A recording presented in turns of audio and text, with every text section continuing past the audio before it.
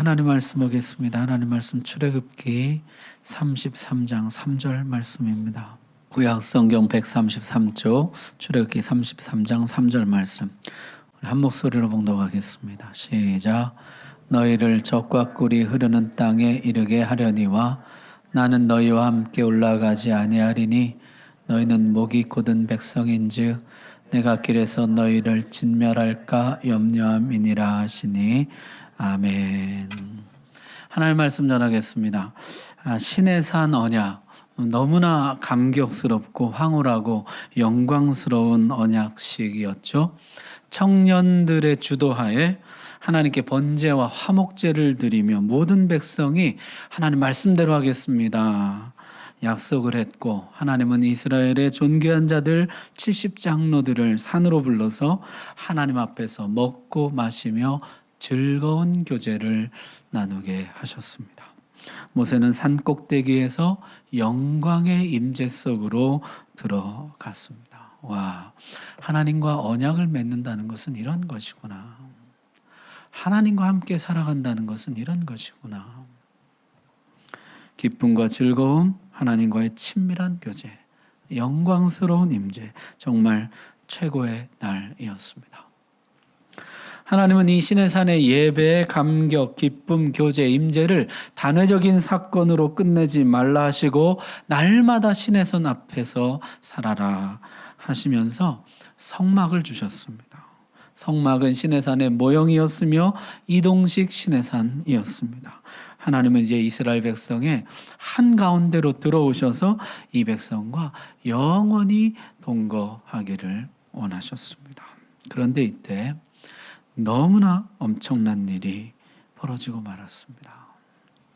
모세가 산에서 채 내려오기도 전에, 이 언약식이 미처 다 끝나기도 전에 이 백성들이 산 아래에서 금송아지를 만드는 사건이 터졌습니다.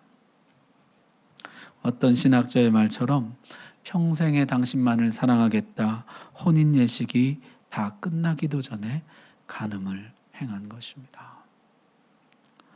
지금까지도 이 백성이 죄를 안 지은 것이 아닙니다. 원망하고 불평하고 거역해 왔습니다. 홍해 앞에서 원망하고 양식이 떨어졌을 때, 물이 없을 때 불평했습니다. 안식일에는 나가지 말라는 말씀을 거역하고 만나를 거두러 나갔었습니다. 지금까지도 범죄해 왔지만 원망하고 불평하는 정도였습니다. 그런데 여기는요, 차원이 다릅니다. 하나님 대용품을 만들었습니다. 우상 숭배를 시작했습니다. 금송아지를 만들고 이것이 너희를 구원한 신이라 그 앞에 제단을 만들고 축제를 즐겼습니다. 여러분, 이 사건을 어떻게 봐야 될까요? 신의 산 참 좋았잖아요. 예배도 감격스러웠고 교제도 즐거웠고 임재도 영광스러웠습니다. 더할 나위 없이 좋았습니다. 그런데 왜 이 백성은 이렇게 신속하게 언약을 깨뜨리고 하나님을 떠났을까요? 이제는 애굽에서 완전히 벗어나 안전하다는 어떤 안도감이 그들을 느슨하고 해이하게 만든 것일까요? 아니면 이제 하나님과 언약도 맺었겠다, 약속도 받았겠다, 가나안 땅은 이미 따놓은 당상처럼 여겨지고 다 이룬 것처럼, 다 얻은 것처럼 생각이 들어서였을까요? 그런 것들도 있겠지만 오늘 성경에 보니까요, 무엇보다도 불안감이 컸다고 말씀합니다. 모세가 산에 올라간 지 꽤 오래됐어요. 40일 가까이 되었습니다. 그런데 내려오질 않는 거예요. 아무리 기다려도 모세가 나타나지를 않는 것입니다. 지금까지 이 백성의 인도자는 모세였습니다. 바로에게 이 백성을 보내라고 말한 사람도 모세였고, 홍해에서 지팡이를 높이 들어 길을 냈던 사람도 모세였습니다. 만나를 내린 것도, 쓴물을 달게 한 것도, 반석에서 물이 나오게 한 것도 전부 다 모세가 한 일입니다. 그런데 지금 바로 그 모세가 없는 것이요, 불안했다는 것입니다.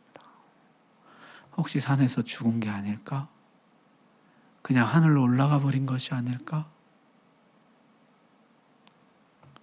만약 이대로 안 내려온다면 우리는 어떻게 되는 거지? 여기서 이대로 고립되는 것은 아닐까? 이러다 적군이라도 쳐들어오는 날에는 우리는 다 끝장나고 말 것이야. 꼬리에 꼬리를 물고 불안감은 확산되어 갔습니다. 그들은 급기야 아론을 찾아갑니다. 더 이상 이렇게 마냥 기다리고만은 있을 수 없다. 가서 모세를 데려오든지 아니면 우리의 불안감을 해소시켜 줄 수 있는 모세 대용품, 하나님 대용품을 만들라. 여러분, 이 말을 듣는 아론은 어땠을까요? 되게 서운했을 것 같아요. 모세가 가면서 지도력을 아론에게 위임하고 왔거든요. 지금 지도자는 아론인데요. 백성들은 아론을 지도자로 여기지 않는 것이에요. 너로는 안 된다. 인도자를 만들어내라.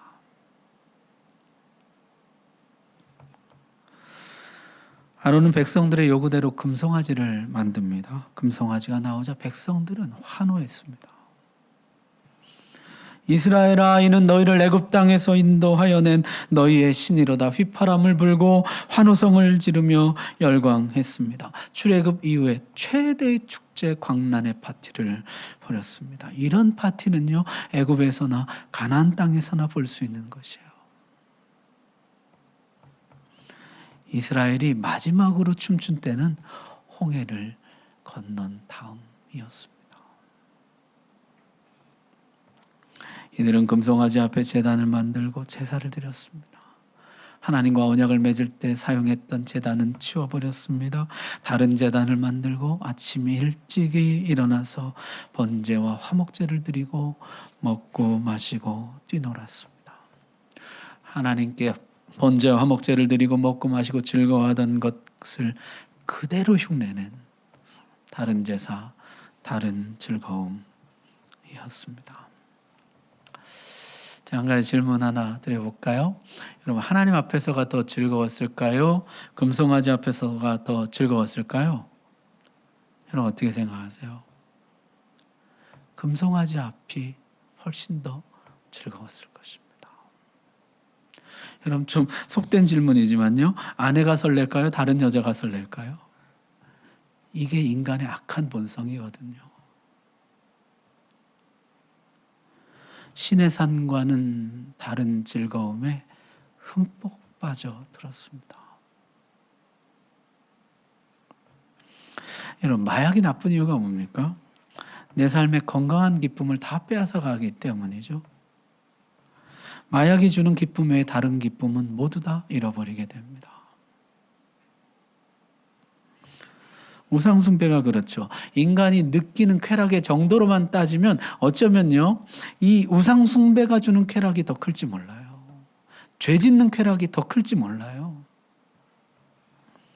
그러나 다른 모든 즐거움을 빼앗아 갑니다. 하나님 안에서 누리던 온갖 좋은 선물들을 다 잃어버리게 됩니다. 자, 애굽에서 벗어났다는 안도감, 그리고 이제 다 끝났다는 성취감, 혹은 불안감, 조급함, 하나님이 아니라 모세를 인도자로 여기는 영적인 무지, 거기에 아론의 열등의식과 색다른 재미를 추구하는 악한 성향까지, 이 모든 것이 합작해내서 만들어낸 것이 금송아지입니다. 이 모든 것을 한마디로 한다면 타락한 본성, 죄악된 본성인 것이죠. 여러분, 이 타락한 본성이 원래부터 백성 속에 있던 것입니까? 아니면 없던 것이 생겨난 것입니까? 원래부터 있던 것이죠. 우리가 알다시피 약한 본성은 영원한 천국에서 신령한 몸으로 변화될 때까지 우리 속에 있습니다. 그렇다면은 애초에 이 백성 속에 들어와 살면서 영원히 이 백성과 함께 동거하시겠다는 하나님의 소원은 처음부터 불가능했던 것이 아닐까요? 우리 안에 이 약한 본성이 천국 갈 때까지 없어지지 않고 있는다고 한다면은 거룩하신 하나님이 죄악된 본성을 가진 인간과 더불어 함께 살아간다는 것은 그 자체가 아예 실현 불가능한 미션 임파서블 아니었을까? 하나님이 처음부터 불가능한 꿈을 꾸신 게 아닐까요? 인간과 더불어 영원히 사시겠다니. 여러분은 어떻게 생각하세요? 우리가 하나님과 함께 살아갈 수가 있을까요? 하나님은 어둠이 조금도 없으시며 죄를 하나라도 용납하지 않으십니다. 그런데 우리는 어떻습니까? 언제라도 죄가 나올 수가 있어요. 우리 속의 죄의 본성은 사라지지 않고 환경만 맞으면, 여건만 맞으면 죄가 얼마든지 꽃 피우고 열매를 맺습니다.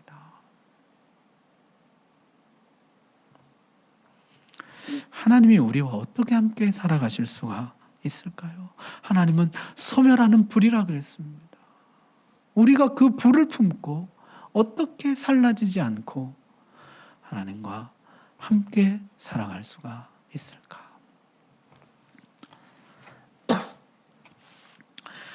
오늘 여기에 초점을 두고 하나님의 말씀을 좀 같이 살펴보려고 합니다. 자, 하나님은 임재를 철회하십니다. 너희는 이제 내 백성이 아니라 나는 이제 더 이상 너희 가운데 거하지 않는다 하시고 떠나가셨습니다. 그리고 심판을 예고하시죠. 나는 약속대로 너희를 진멸하겠다. 앞에서 그렇게 약속을 맺었습니다. 여러분 22장 20절 말씀에 이렇게 약속을 했죠. 여호와 외에 다른 신에게 제사를 드리는 자는 멸할지니라. 이게 하나님과 이 백성이 맺은 약속이었어요. 그 약속대로 난 너희를 멸할 것이다. 그런데 우리 하나님이 참 좋으신 게요. 멸하려면 그냥 멸하지 심판을 예고하십니다. 그리고 모세에게는 이렇게 말씀하세요. 여러분 32장 10절 말씀 한번 보십시오. 그런즉 내가 하는 대로 두라. 내가 그들에게 진노하여 그들을 진멸하고 너를 큰 나라가 되게 하리라. 내가 하는 대로 두라. 이게 직역하면요. 나를 홀로 두라 이런 뜻입니다. 나에게 간섭하지 말라. 나를 홀로 두라. 그러면 내가 저들을 진멸할 것이다. 여러분 이 말씀을 거꾸로 하면 무슨 얘기입니까? 만약 네가 나를 홀로 두지 않으면, 나에게 간섭한다면 나는 심판하지 않을 것이다. 모세가 끼어듭니다. 모세가 참 좋은 중보자인 것이요. 하나님께는 백성의 입장에서 말하고 백성들에게는 하나님 입장에서 말합니다.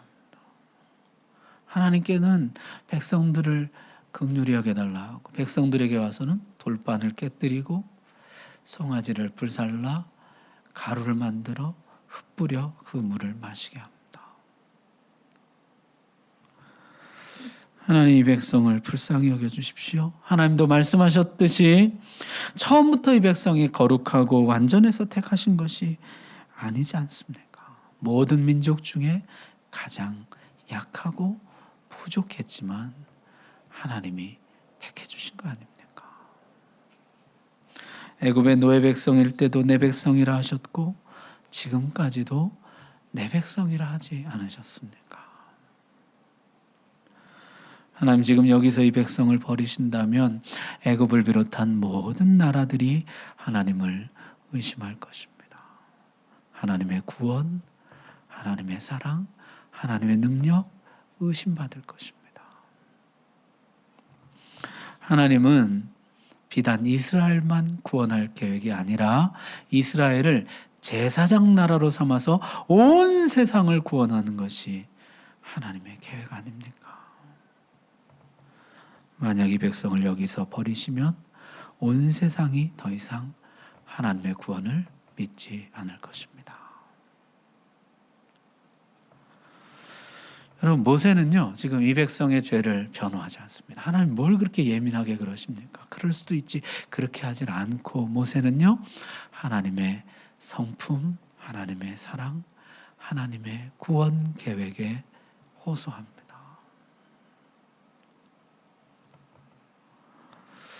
모세의 이 호소가 하나님 마음에 맞았던 것일까요?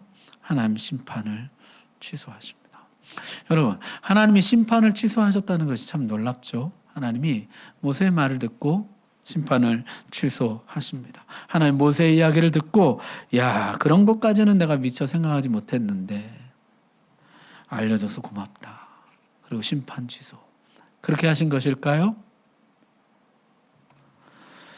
이 백성의 악한 본성에도 불구하고 이 백성 가운데 들어가 살기 원하시는 하나님의 마음을 알려주고 싶은 것이 아니었을까? 거룩하신 하나님과 죄악된 백성 사이를 연결해주는 중보자가 필요하다는 것을 알려주시려는 것이 아니었을까? 모세는 그림자이고 나중에 진짜 중보자이신 예수 그리스도께서 오셔서 하나님과 우리 사이를 화목하게 하시고 끈끈하게 연결시켜 주실 것을, 예수 그리스도 때문에 심판이 취소될 것을 미리 보여주시는 것이 아닐까. 주님은 어느 날 이렇게 기도하셨습니다. 아버지여, 아버지께서 내 안에 내가 아버지 안에 있는 것 같이 그들도 다 하나가 되어 우리 안에 있게 하사 세상으로 아버지께서 나를 보내신 것을 믿게 하옵소서. 나는 이 일을 위해서 왔습니다. 하나님이 이 백성 안에 거하시고 이 백성이 하나님 안에 거하시는 것, 그렇게 하나님과 이 백성이 함께 살아가는 것, 그 일을 위해서 나는 이 땅에 왔습니다. 하나님 심판 계획을 취소하셨습니다. 그리고 이렇게 말씀하셨어요. 오늘 읽은 3절 말씀입니다. 너희를 적과 꿀이 흐르는 땅에 이르게 하려니와 나는 너희와 함께 올라가지 아니하리니 너희는 목이 곧은 백성인즉 내가 길에서 너희를 진멸할까 염려함이니라. 약속대로 그 땅을 너희에게 줄 것이다. 그러나 나는 너희와 함께 가지 않을 것이다. 너희는 목이 곧은 백성인즉 나는 너희와 동거할 수 없다 하셨습니다. 이 백성의 별명이 목이 곧은 백성이에요. 주인에게 뻣뻣하게 서서 고집을 부리고 주인을 끝내 거역하는 목이 뻣뻣한 백성, 목이 곧은 백성이죠. 내가 너희와 함께 할 수 없다. 약속대로 약속의 땅은 줄 것이지만은, 가나안 땅은 줄 것이지만은 나는 너희와 함께 가지 않겠다 그랬습니다. 그러자 모세가 적과 꿀이 흐르는 땅에 갈 수만 있다면 얼마든지 좋습니다. 그렇게 하질 않고 모세가 하나님께 이렇게 말합니다. 모세가 여호와께 아뢰되 주께서 친히 가지 아니하시려거든 우리를 이곳에서 올려보내지 마옵소서. 하나님 안 가시면 우리도 안 가겠습니다. 하나님 없는 가나안은 더 이상 약속의 땅이 아닙니다. 우리의 목표는 그저 가나안 땅에 가는 것이 아닙니다. 우리의 목표는 하나님이 계신 가나안 땅에 가는 것입니다. 하나님과 함께 살아가는 약속의 땅이 우리의 목표입니다. 하나님 가지 않으신다면 우리도 가지 않겠습니다. 이게 모세의 위대함이죠. 하나님 없어도 그 땅만 들어갈 수 있다면 좋습니다. 하나님 없어도 성공할 수만 있다면, 하나님이 없어도 젖과 꿀을 얻을 수만 있다면, 하나님 없어도 내 계획대로 되기만 한다면 나는 얼마든지 좋습니다. 어디라도 좋습니다. 그런 신앙들이 얼마나 많습니까?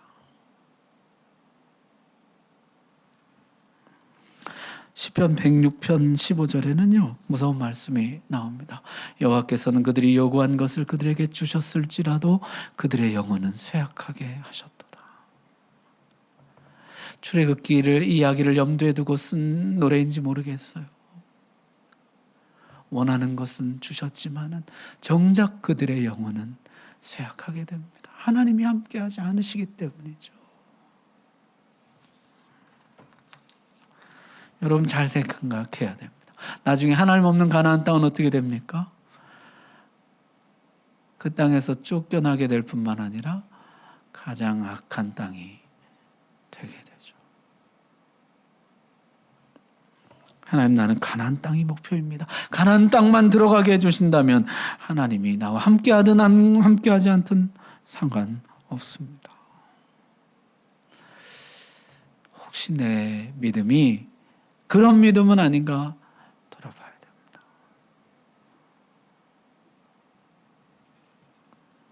여러분, 여러분의 목표는 그 땅입니까? 하나님. 적과 꿀입니까? 적과 꿀을 주시는 하나님입니까? 오늘 여러분의 목표를 다시 재설정하십시오. 하나님 앞에 분명히 하십시오. 정말 여러분이 얻고자 하는 것이 무엇인지. 내 목표는 하나님입니다.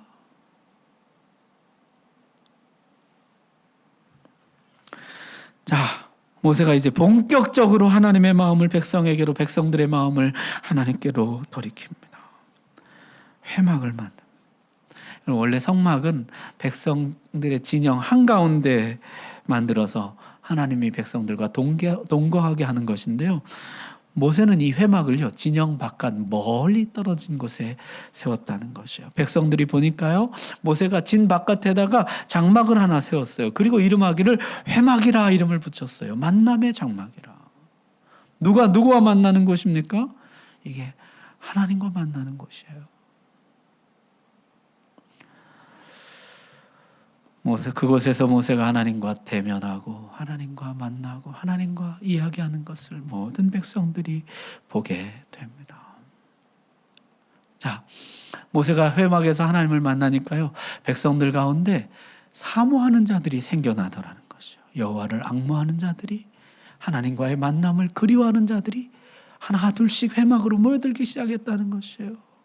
하나 둘씩 자기 장막에서 나와서 회막으로 나오기 시작했습니다.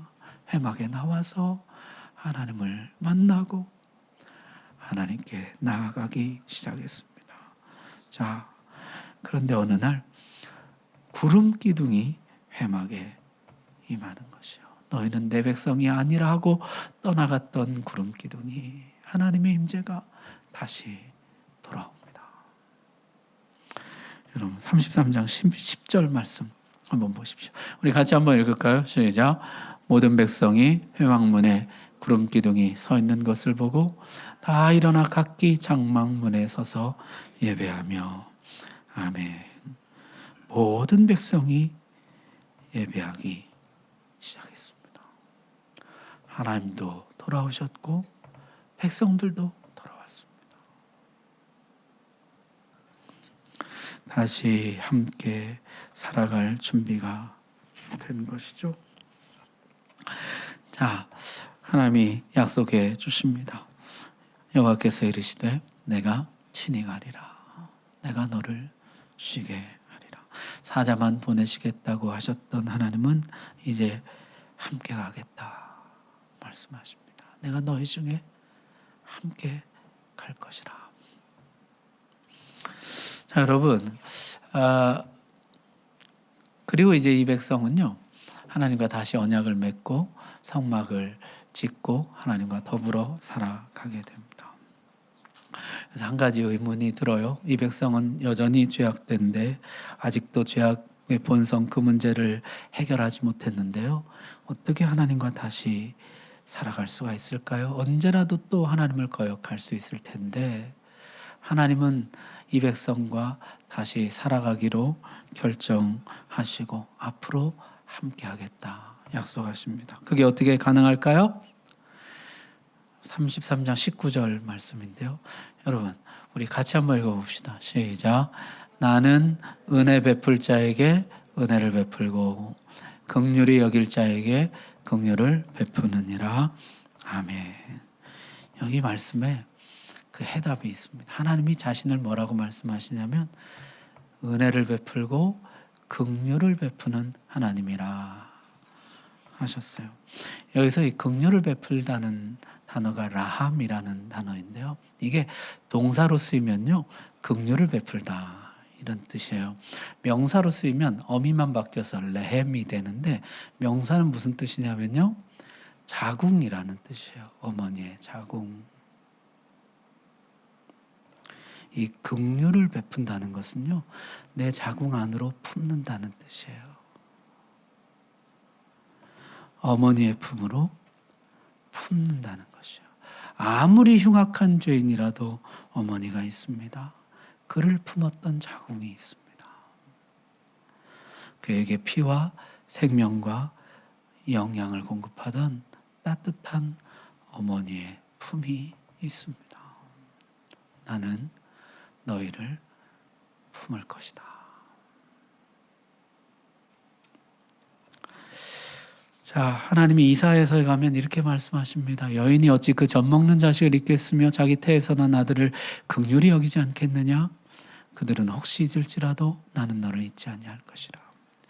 어머니가 품지 못하는 자식이 어디 있겠느냐? 그러나 혹 그런 자식이 있을지라도 나는 너희를 품을 것이라. 어머니가 품지 못하는 자식이 있을지라도 나는 그를 품을 것이라.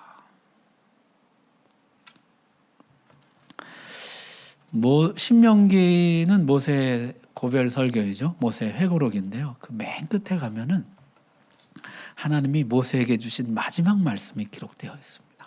하나님이 모세에게 주신 마지막 말씀이 뭐냐면요, 하나님이 율법을 다 주신 후에 너는 이제 죽어서 내 곁으로 오고 이 백성은 가나안 땅에 들어갈 것이다. 그렇게 마지막 말씀을 다 하시고 주신 말씀이 있어요. 그게 이것입니다. 너는 내 조상과 함께 누우려니와 이 백성은 그 땅으로 들어가 음란히 그 땅의 이방신들을 따르며 일어날 것이요 나를 버리고 내가 그들과 맺은 언약을 어길 것이라.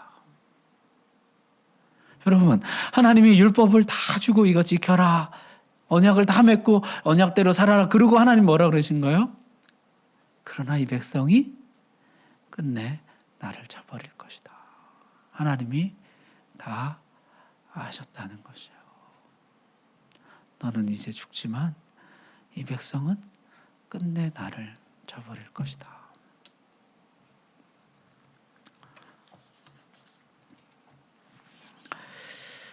자, 하나님 계속해서 이렇게 말씀하세요. 그때마다 나는 내 얼굴을 숨길 것이다. 저들에게 재난과 환난을 허락할 것이다. 사람들은 하나님 우리를 떠나셨다, 하나님 우리 중에 계시지 않는다 할 것이지만은 나는 너희를 떠나지 않을 것이다. 너희와 함께 할 것이다.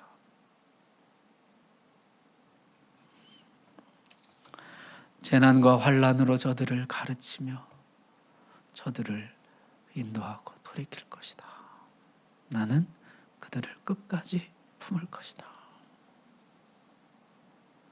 신명기 마지막이에요. 그래서 하나님 이름이 임마누엘이죠. 나는 너희와 영원히 함께 할 것이라. 여러분, 성경에 모세가 남긴 시편, 모세 기도가 한편 시편에 들어와 있죠. 시편 90편입니다. 그 기도에 보면요, 모세가 이렇게 기도해요. 여호와여 돌아오소서, 언제까지니까 주의 종들을 불쌍히 여기소서. 여호와여 돌아오소서. 이 기도는요, 구름 기둥이 떠나갔을 때 하나님의 돌아오심을 위해서 올려드린 기도이기도 하지만 앞으로 이 백성이 살아갈 모든 날을 위한 기도이기도 합니다. 하나님, 이 백성을 불쌍히 여겨주십시오. 이 백성이 하나님을 어길 것을, 하나님을 떠날 것을 하나님은 미리 아시지 않습니까? 이 백성에게 죄악된 본성이 사라지지 않고 남아서 끝내 하나님을 저버릴 것을 하나님은 아시지 않습니까? 하나님, 불쌍히 여겨주십시오. 우리 속에 있는 이 죄악된 본성을 불쌍히 여겨주십시오. 우리가 하나님과 더불어 살아갈 수 있는 길은 오직 그거밖에 없습니다. 하나님 우리를 품어주시는 것, 불쌍히 여겨주시는 것. 그거 외에는 우리가 하나님과 함께 살아갈 수 있는 길이 없습니다.